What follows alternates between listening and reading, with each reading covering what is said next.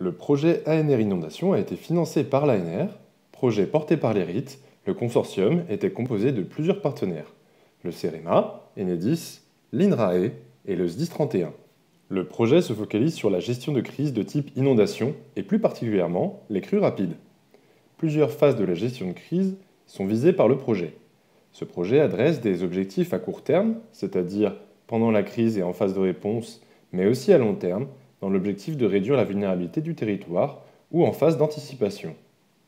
Nous avons proposé une approche en 4 étapes, prenant appui sur une base de connaissances qui constitue le système d'information regroupant toutes les données de l'aléa, du territoire et de la réponse à apporter.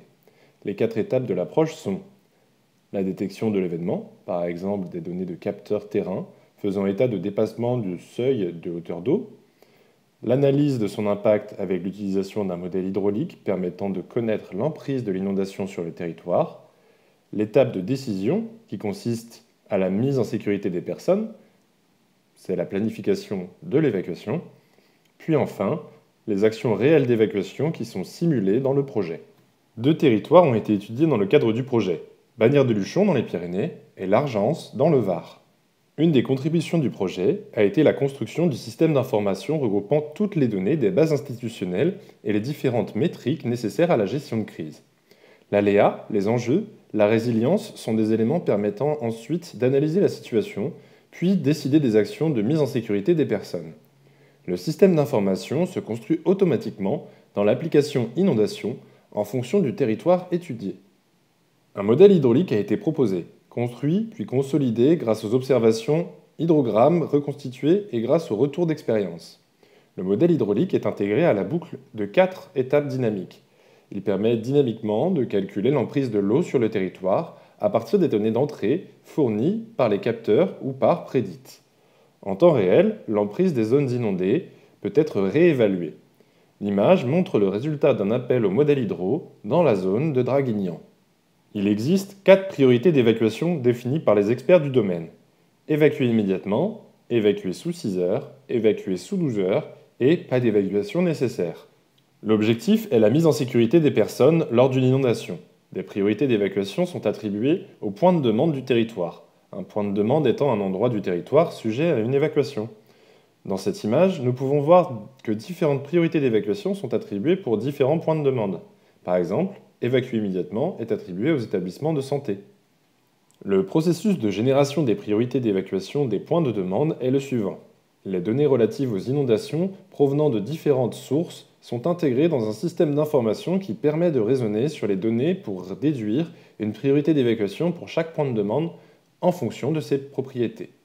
Dans le cadre du projet, 3 métriques ont été définies, l'indice de risque, de vulnérabilité et de danger. L'indice de vulnérabilité mesure la vulnérabilité d'un point de demande.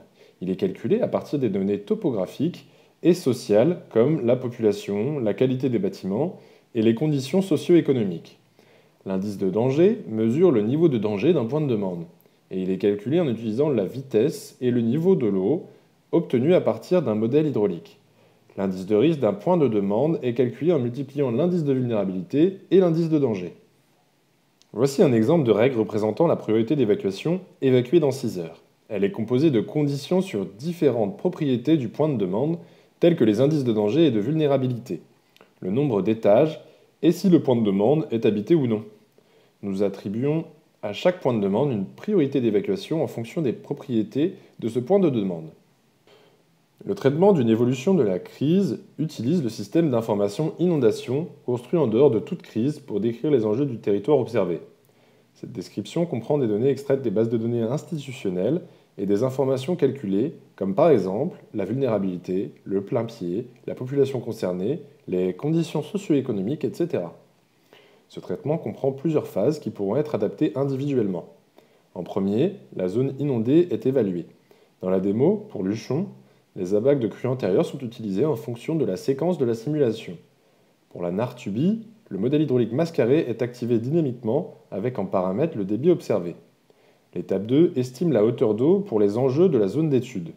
L'étape 3 évalue l'indice de danger en prenant en compte la hauteur d'eau dans la zone d'étude. Dans l'étape 4, l'indice de risque est évalué en prenant en compte différents paramètres dont la vulnérabilité, la population concernée, ou le plein-pied. Les enjeux concernés par une évacuation sont exportés dans l'étape 5 pour la simulation de l'évacuation et l'engagement des moyens. Ce traitement est réitéré de manière répétitive jusqu'à résolution de la crise. Dans le cadre du projet, la phase d'évacuation qui se déroule lors de la phase de réponse de la gestion de crise a été simulée. L'évacuation des victimes est connue dans la littérature scientifique comme un problème de tournée de véhicules. Ce problème a été modélisé mathématiquement en collaboration avec les équipes du SDIS 31. Ainsi, des algorithmes ont été développés afin de chercher les meilleurs trajets pour les véhicules de secours, avec pour objectif d'améliorer l'efficacité globale des tournées d'évacuation. Ces algorithmes utilisent en entrée l'ensemble des enjeux où intervenir et leurs caractéristiques afin de prendre les meilleures décisions. Ces algorithmes peuvent être rappelés dynamiquement afin d'adapter les tournées à l'évolution de la situation sur le terrain. Des simulations ont été réalisées à l'aide du simulateur Gamma afin d'évaluer les performances des solutions proposées. Ce travail peut également être utilisé dans la phase d'anticipation dans le but d'entraîner les équipes de secours à la prise de décision ou alors après la crise dans une perspective long terme afin d'évaluer le bénéfice apporté sur la phase d'évacuation par l'aménagement d'une infrastructure, par exemple la surélévation d'une route. Pour démontrer le fonctionnement de la simulation, nous nous retrouvons sur le simulateur Gamma. Sur ce simulateur, on peut lancer le modèle de la simulation sur Luchon. On observe alors la création d'éléments de simulation graphique qui permettent d'afficher les différents points de demande où il faut intervenir, les différentes routes que les véhicules de secours peuvent emprunter, ainsi que les véhicules eux-mêmes. On peut observer en bas à gauche les détails des routes qui ont été calculées grâce aux algorithmes de tournée et affichées en jaune sur l'interface graphique. Pour le moment, on ne voit que certains points de demande qui sont les enjeux accueillant du public qui sont évacués en anticipation. Pour évacuer ces enjeux de grande taille, on utilise des véhicules de grande capacité comme des bus. Lorsqu'on déclenche la simulation, on observe les véhicules suivre les routes calculées. On voit également le nombre de victimes secourues. Chaque fois qu'un véhicule part d'un point de demande, le nombre de victimes restant à être secourues diminue. De la même manière, à chaque passage d'un véhicule au dépôt, qui est le nœud D0 en vert, le nombre de victimes secourues qui s'y trouvent augmente. On peut également observer les logs des opérations de secours effectuées en bas à gauche. Avançons un petit peu dans la simulation. Les scénarios simulés sont composés de dates de référence de la crise ainsi qu'une hauteur d'eau de référence correspondante. À cette date, le système d'information est appelé. Le modèle hydro est appelé avec la hauteur d'eau de référence et les enjeux à secourir sont mis à jour ainsi que leur priorité. Après quelques secondes de calcul, cette mise à jour est terminée et appliquée dans la simulation. On y voit ainsi de nouveaux enjeux et une emprise de l'inondation. On peut observer le départ de véhicules d'un nouveau type depuis le dépôt. Ce sont des véhicules spécialisés et des embarcations qui vont permettre de secourir des enjeux où le niveau d'eau est désormais plus haut qu'au début des opérations. La catégorie de véhicules qui doit être employée pour intervenir à un point de demande est calculée en fonction de l'emprise. La simulation des tournées continue et les routes des véhicules ont été modifiées par un rappel des algorithmes. On peut ainsi, grâce au simulateur, observer les différents moments clés de la crise et les adaptations des tournées au cours du temps face à l'évolution de l'emprise de l'inondation, de l'arrivée de nouveaux enjeux à secourir et de l'évolution des priorités. En dézoomant, on peut observer les différents points de demande sur l'ensemble du territoire et suivre la simulation jusqu'à ce que toutes les victimes soient secourues. Nous allons désormais nous pencher sur des aspects long terme du projet. Afin d'enrichir la connaissance sur les trajectoires à long terme des enjeux du territoire dans un contexte d'inondation, plusieurs analyses socio-économiques ont été menées. En particulier, une enquête quantitative a été réalisée entre avril et juillet 2019 sur 10 communes du terrain d'étude. Au total, 418 entretiens ont été réalisés en face à face. Ces enquêtes ont mis en évidence que 50% ont un rez-de-chaussée surélevé, mais 16% seulement ont mis en place d'autres mesures de protection. Cela montre que le bâti présente des traces d'adaptation et donc que le territoire a pu être marqué par des inondations, mais que les foyers ne souhaitent pas s'adapter plus. L'enquête a permis d'identifier deux raisons principales à cela. Le fait de ne pas se sentir exposé ou que les inondations sont rares. Par ailleurs, nous avons tenté d'identifier si les foyers étaient prêts à investir dans des protections plutôt de type collectif. L'utilisation d'un scénario d'évaluation contingente a permis de mesurer la disposition à payer des enquêtés. Les enquêtes montrent que les foyers proposent de contribuer à hauteur de 91 à 94 euros, suivant les investissements, mais ce montant reste très inférieur au coût réel d'une protection collective. Enfin, ces enquêtes ont dévoilé que les habitants n'avaient pas reçu de conseils en termes d'adaptation de la part des experts d'assurance lors de leur passage. Nous avons donc souhaité approfondir cette question. La question ici est donc de savoir si les biens sont remis à l'état à l'identique après inondation, ou si, comme le suggère le concept très tendance du Build Back Better, l'inondation peut être l'occasion d'adaptation individuelle. En France, l'assurance des bâtiments est obligatoire et régie par le système CatNat, qui garantit une indemnisation des sinistrés en cas de catastrophe naturelle. Lorsqu'une inondation se produit et que les biens sont endommagés, les assurés doivent faire une déclaration de sinistre à leur assurance, puis l'assurance mandate un expert qui va visiter les personnes touchées, faire un rapport d'expertise à l'assurance et enfin l'assurance va proposer une compensation aux personnes touchées qui peuvent accepter et l'utiliser l'argent pour remettre en état leur habitation. Nous nous sommes intéressés à la place des experts d'assurance car c'est une profession qui reste relativement peu connue du grand public et de la communauté scientifique, alors que ce sont précisément les experts qui interviennent auprès des personnes touchées qui prendront les décisions de reconstruction dans la phase de résolution des dommages. Avec la réalisation d'une vingtaine d'entretiens qualitatifs auprès d'experts d'assurance, nous avons pu montrer que, bien que les experts disposent de connaissances nécessaires pour juger de la pertinence d'une adaptation, par exemple le choix du carrelage au lieu d'un parquet ou le relèvement d'un équipement spécifique, la procédure CatNat ne laisse pas de place formelle au conseil des experts. En effet, la garantie apportée par les contrats d'assurance dans le cadre de la CatNat est celle d'un retour à un état équivalent à celui d'avant l'inondation, souvent interprété comme un retour à l'identique. Les experts ne se sentent pas mandatés pour donner des conseils et de la prévention aux sinistrés. Cependant, ces conseils peuvent être donnés de manière informelle.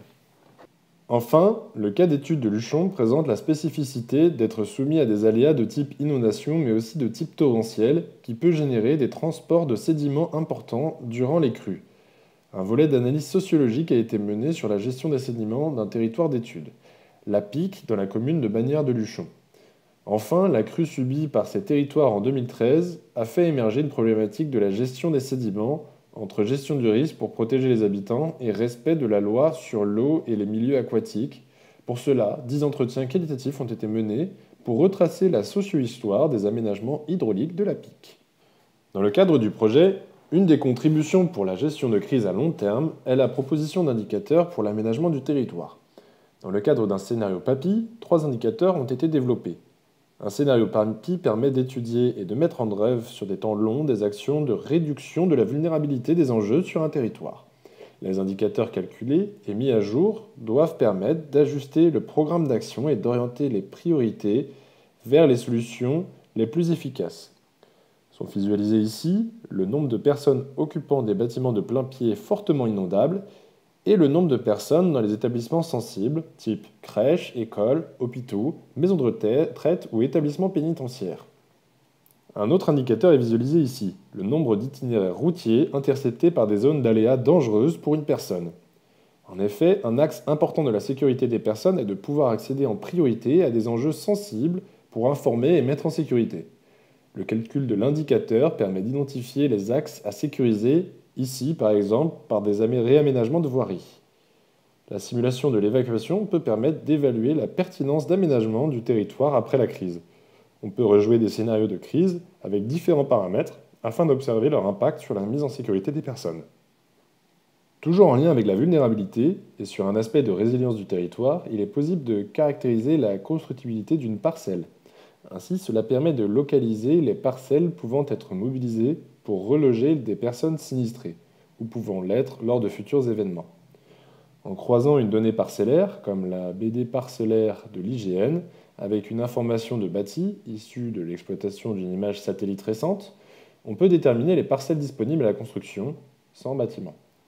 Ensuite, en recoupant ces dernières avec les données liées à des réglementations de type PLU ou PPRI, il est possible d'identifier la constructibilité de ces parcelles.